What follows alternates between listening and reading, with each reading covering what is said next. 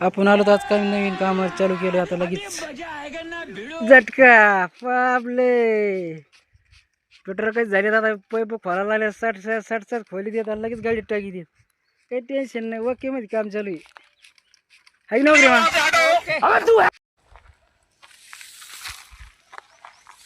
चालली वखरे मामाने काढू मोटर आणि त्यात हे मालक आले ते पण आहे का आल्या दुसऱ्या बोरमध्ये आलो तर आम्ही सोडायला मोटर वखरे मामाला चक्र येऊन राहिले काय करावे वखरे मामाला आमच्या मालकाला सुद्धा मी कामाला लावलंय आहे का